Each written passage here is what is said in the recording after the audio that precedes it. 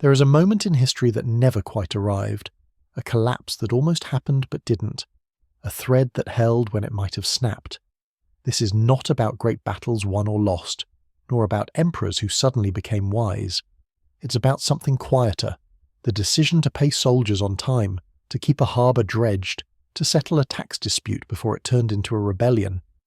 Imagine the Western Roman Empire in the 5th century, teetering but not falling, its administrative machinery grinding and complaining but still turning. The question is simple. What changes if the roof stays on? The empire does not need to become perfect. It does not need visionary leadership or miraculous reforms. It needs only to avoid the worst of its cascading failures happening all at once. Picture a succession system that stabilizes, not because emperors become saints, but because the army and the Senate find a way to agree on who leads without tearing apart 3 provinces in the process. Picture border defences that receive their pay reliably enough that soldiers stop looking for warlords to follow instead. Picture a tax system that, while never beloved, becomes predictable and locally negotiated rather than a sudden demand that strips a region bare and sends farmers fleeing into the hills. These are not glamorous fixes. They are the dull work of keeping institutions alive. What happens when the machinery keeps running is that the small things, those invisible sinews of trade, communication and habit, do not snap. A merchant in Massilia knows that the grain ships from North Africa will arrive in summer, as they always have.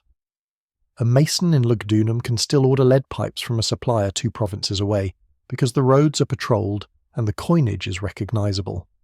A clerk in Ravenna copies legal precedents into fresh ledgers, knowing that courts in Hispania and Britannia will refer to the same texts. This is the sleepy power of continuity. It is not dramatic. It does not announce itself. But it changes everything.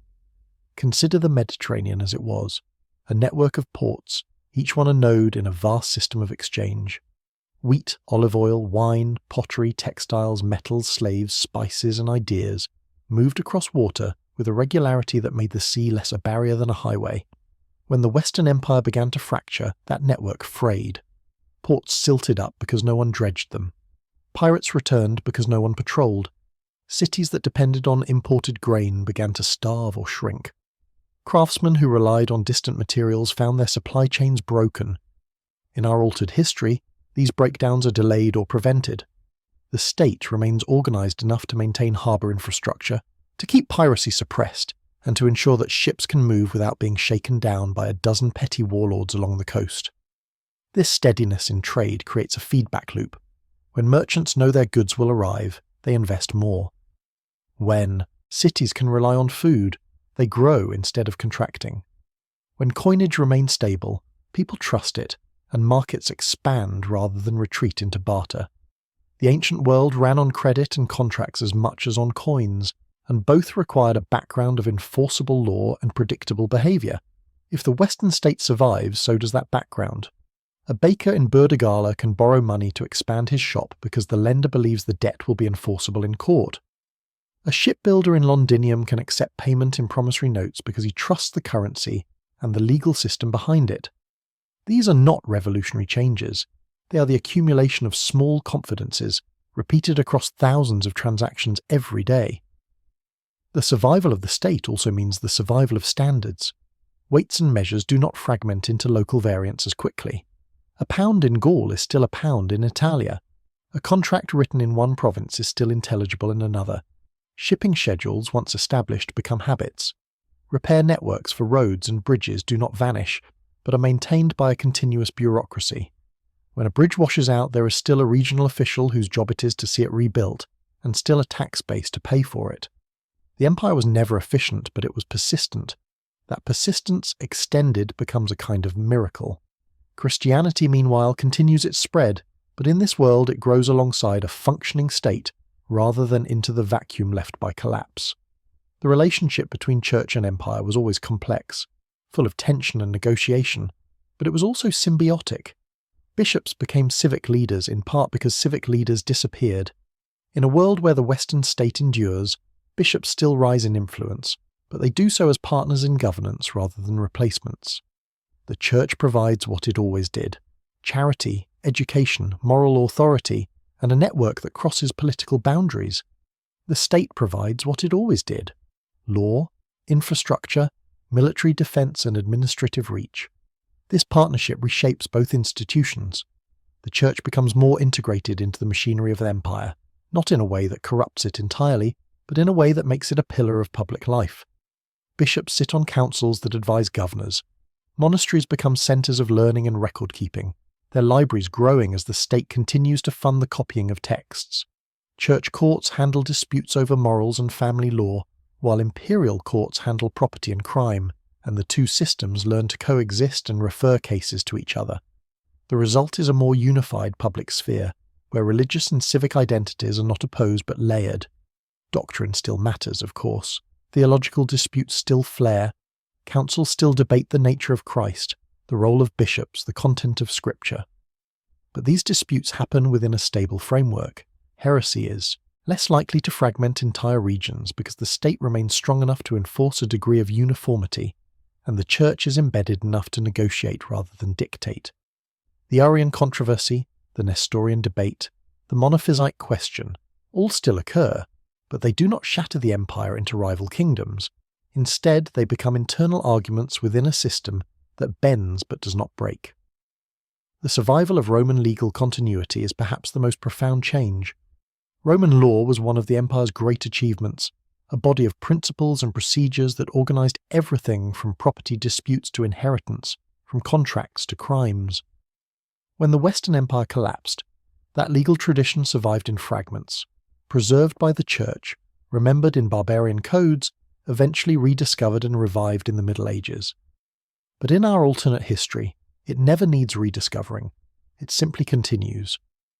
Imagine a Europe where courts operate with the same basic legal framework from Spain to Britain to North Africa. Property law is standardized. Contracts are enforceable across provinces. Citizenship is not a dead concept, but a living one, evolving slowly as the empire evolves. In the historical Middle Ages, law became hyperlocal and personal, tied to feudal relationships and customary practice. In this alternate timeline, law remains imperial and procedural, tied to documents and courts. A farmer in Gaul can appeal to the same legal principles as a merchant in Syria. A woman in Britannia can inherit property under the same rules as a woman in Italia.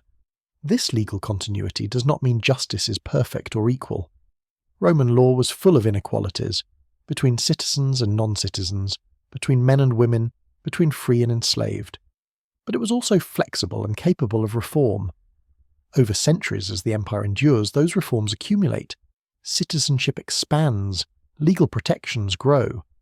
The harsh edges are slowly filed down, not through sudden revolution, but through the steady work of jurists, legislators, and pressure from below.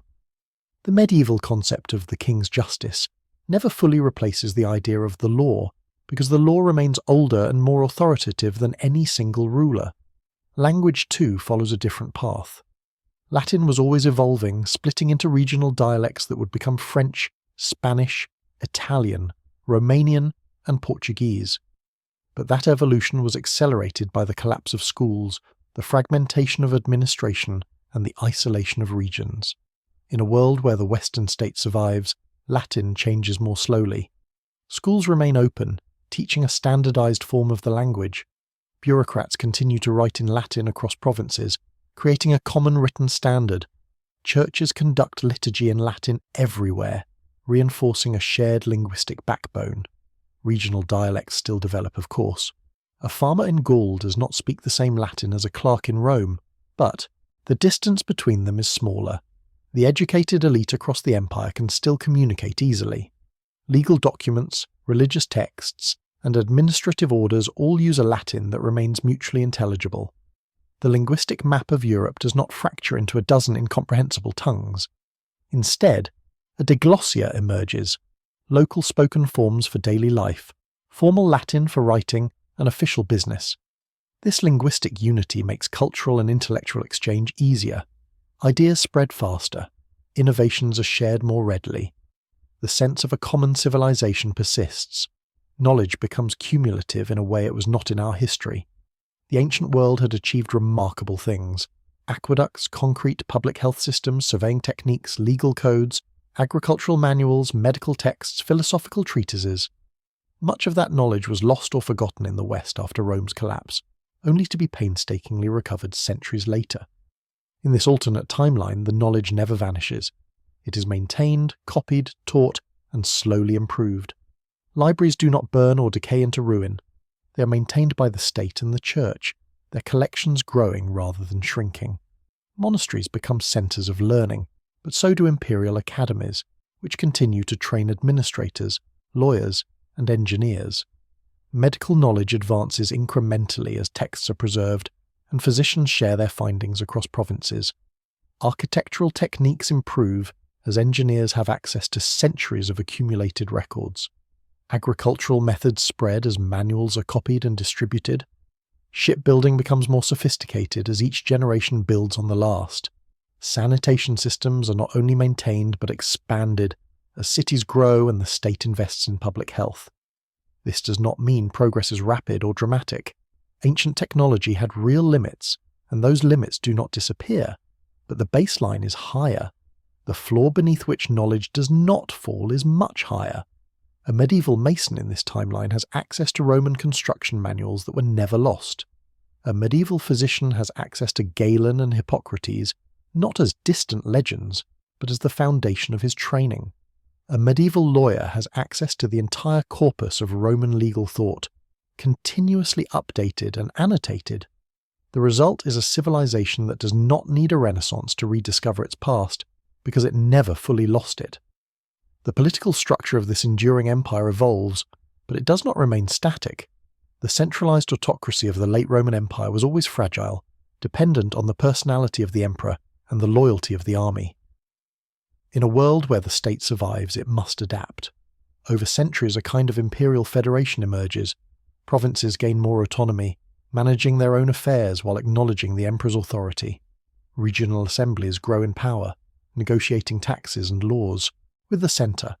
Cities retain their ancient privileges and expand them, becoming semi-autonomous units within the larger framework.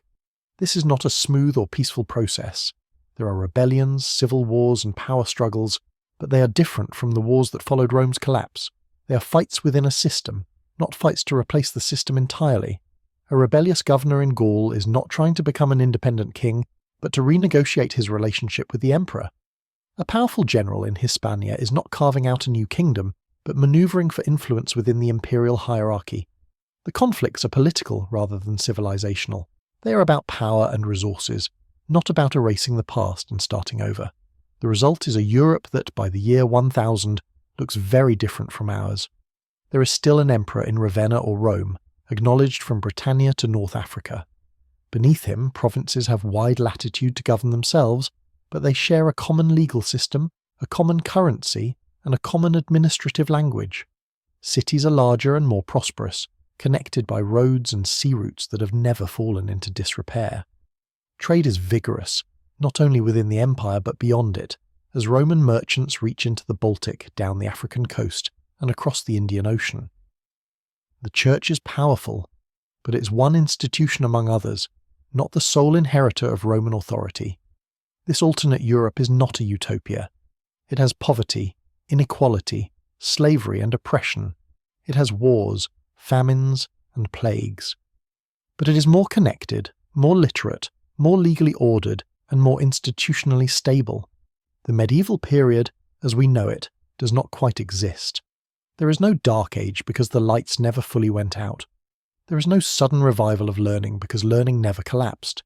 There is no feudalism in the same form because centralized authority never disappeared entirely. Instead, there is a long, slow evolution, a civilization that changes but does not break, that reforms but does not restart. Imagine walking through a city in this world. The streets are paved, as they have been for centuries. The aqueduct still brings clean water from the hills. The forum is still the centre of public life, where merchants haggle, lawyers argue, and officials post notices. The basilica, where the bishop preaches, is built in a style that blends Roman and Christian elements, with mosaics depicting saints alongside classical motifs. The courthouse operates under laws that stretch back 1,000 years, updated and annotated by generations of jurists. The harbour is busy with ships from Alexandria, Carthage and Constantinople, their cargoes inventoried by clerks using forms that their ancestors would recognise. This is not a frozen world.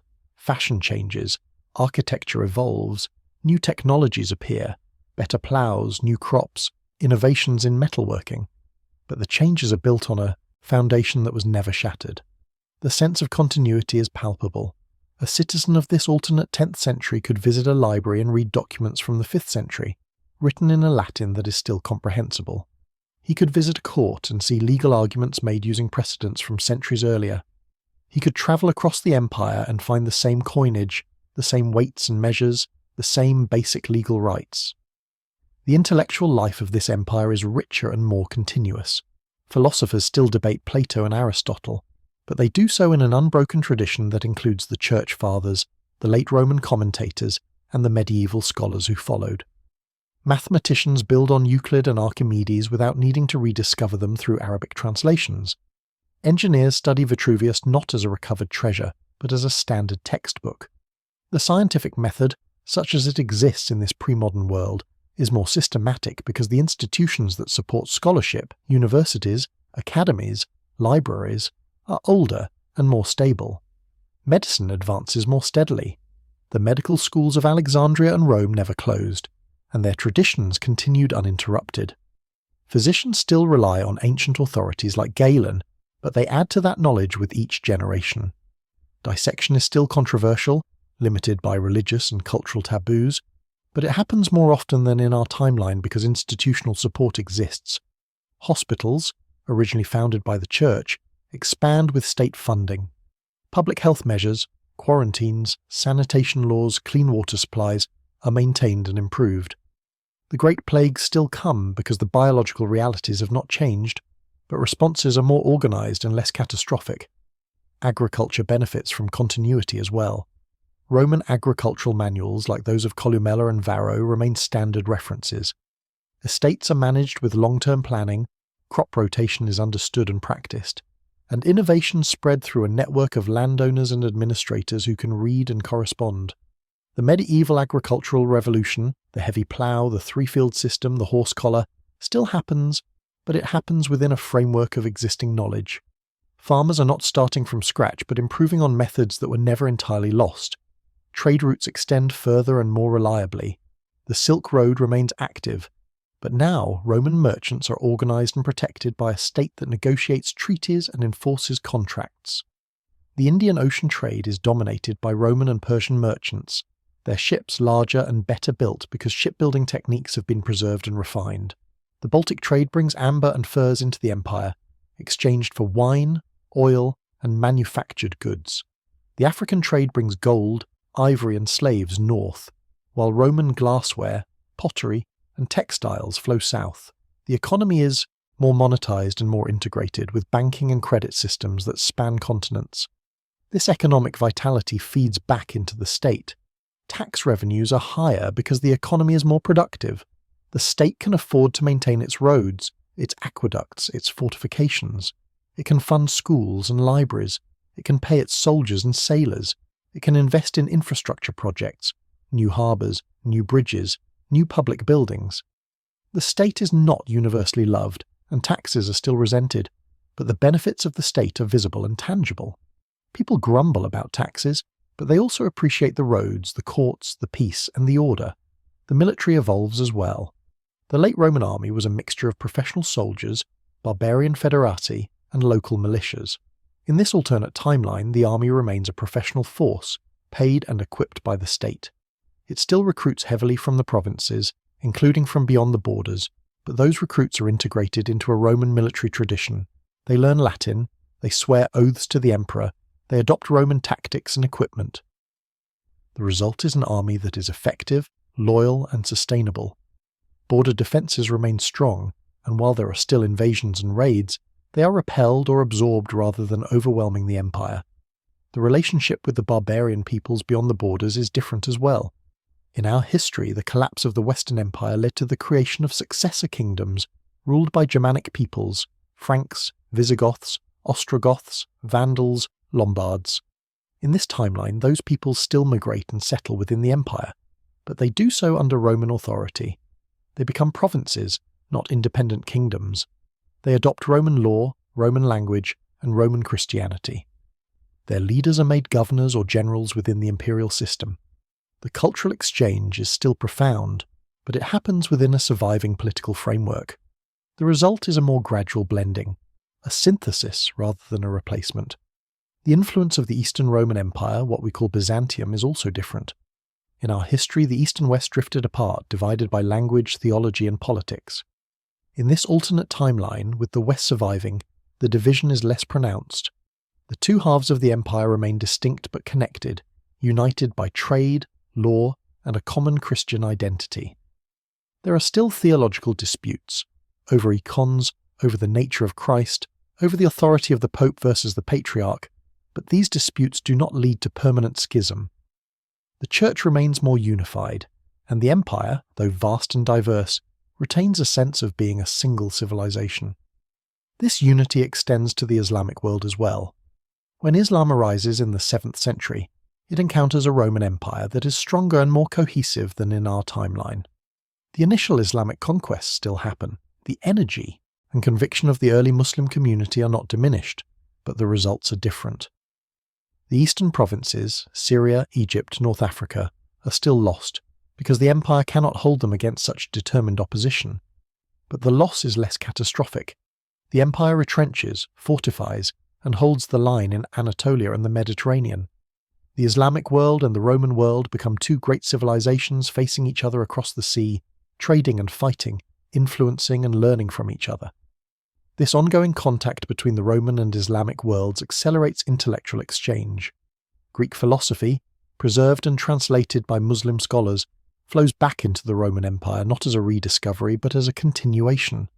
Arabic numerals and algebra are adopted more quickly. Medical and astronomical knowledge is shared.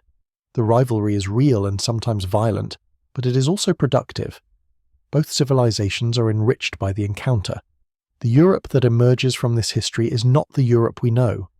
The nation-states that define modern Europe, France, Spain, England, Germany, do not form in the same way.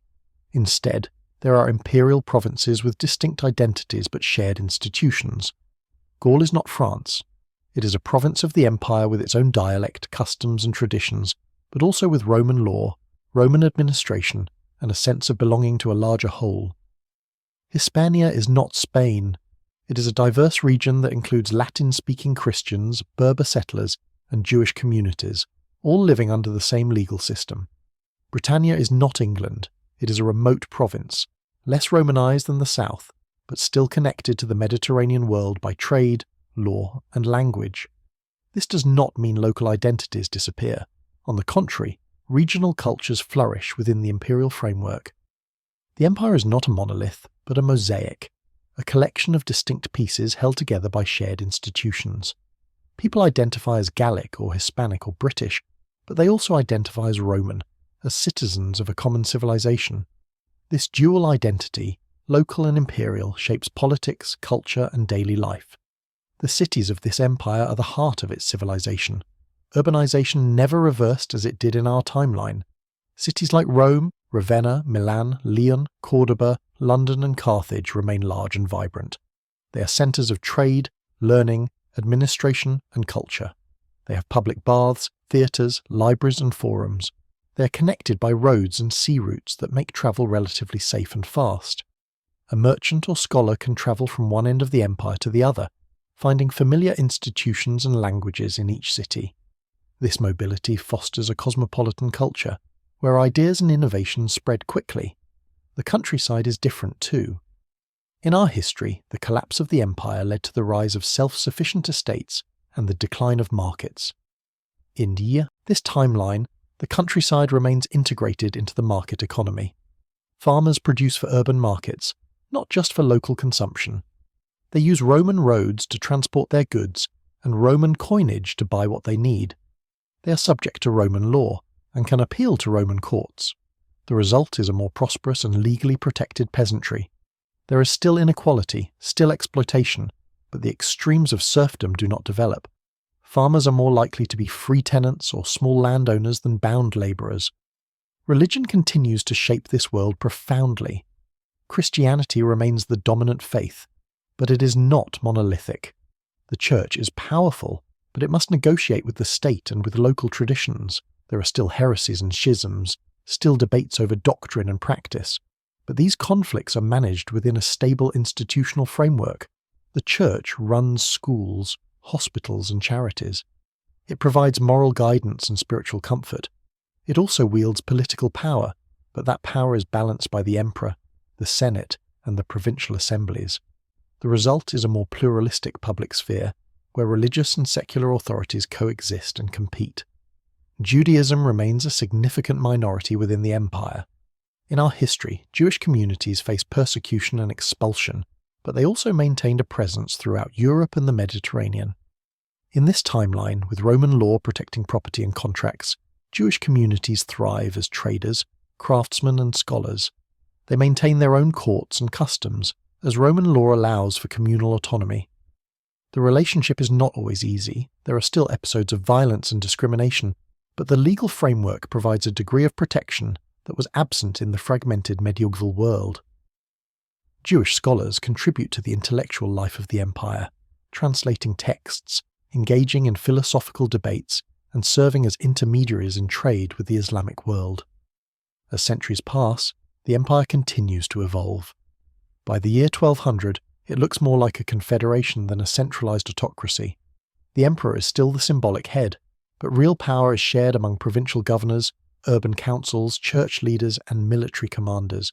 The system is complex and sometimes chaotic, with constant negotiations and conflicts over authority and resources. But it works.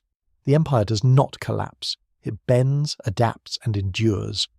Technology continues to advance, though not at the pace of the modern world. Windmills and watermills spread, harnessing natural power for grinding grain, sawing wood, and powering bellows. Metalworking improves, producing better tools, weapons, and machinery.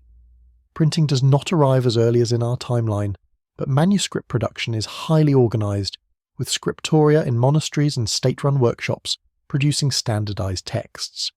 The result is higher literacy and wider access to knowledge. The Renaissance as we know it does not happen because it is not needed. There is no sudden rediscovery of classical learning, because classical learning never went away. Instead, there is a continuous intellectual tradition that includes the ancients, the church fathers, and the medieval scholars. Art and literature evolve gradually, experimenting with new forms and styles without the sense of a dramatic break with the past. The humanist ideal of the educated citizen is never lost, because the empire always valued education and civic participation. The Protestant Reformation also looks different. In our history, the Reformation was partly a response to the corruption and rigidity of the medieval church. In this timeline, with the church more integrated into the state and more subject to secular oversight, the same grievances exist but are addressed differently. Reformers call for changes, and some of those changes are implemented through councils and legislation. There are still splits and disputes, but they are less likely to fragment the church entirely. The result is a more diverse but still unified Christian tradition, with different practices and emphases in different regions but a shared institutional framework. The exploration of the wider world also proceeds differently. The Roman Empire already has a presence in North Africa, and it extends that presence southward, driven by trade and curiosity. Roman ships, building on centuries of maritime tradition, venture further down the African coast and across the Atlantic. The encounter with the Americas, when it comes, is different. The Romans, like the Europeans in our history, bring diseases, weapons, and ambitions. But they also bring a more developed legal system, a more bureaucratic approach to colonization, and a more diverse population. The impact on indigenous peoples is still catastrophic, but the nature of colonization is different, more organized, more legalistic, and more complex. This alternate world is not better in every way. It has its own injustices, its own tragedies, its own failures. Slavery persists longer in some forms, because the Roman economy relied on it, and because the legal framework that protects property also protects the ownership of people. Women remain subordinate in law and custom, though the continuity of Roman law does provide some protections for property and inheritance. War remains a constant, because human nature has not changed.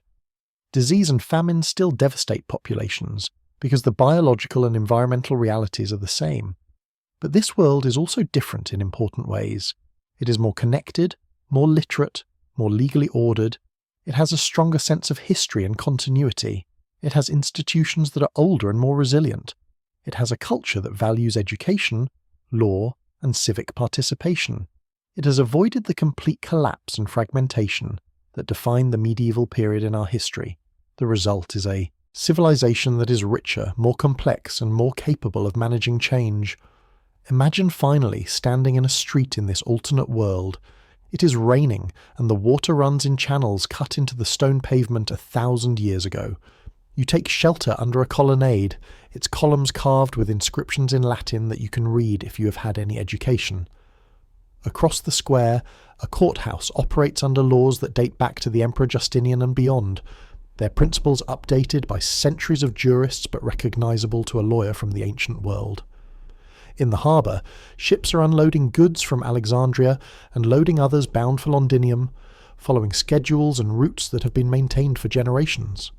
Nearby, a church bell rings, calling the faithful to prayer in a building that combines Roman and Christian architectural traditions. This is a world where the thread never broke, where the institutions, habits, and knowledge of the ancient world were passed down, adapted, and built upon. Where the medieval period was not a dark age but a long, slow transformation, where modernity arrived not through a sudden rediscovery of the past, but through a continuous evolution from it. It is not our world. It is a thought experiment, a what-if, a glimpse of how much difference continuity makes. History is not a single explosion, but a chain of small decisions, and sometimes keeping the roof from caving in is enough to change everything. The next story is about to begin. Please relax and enjoy.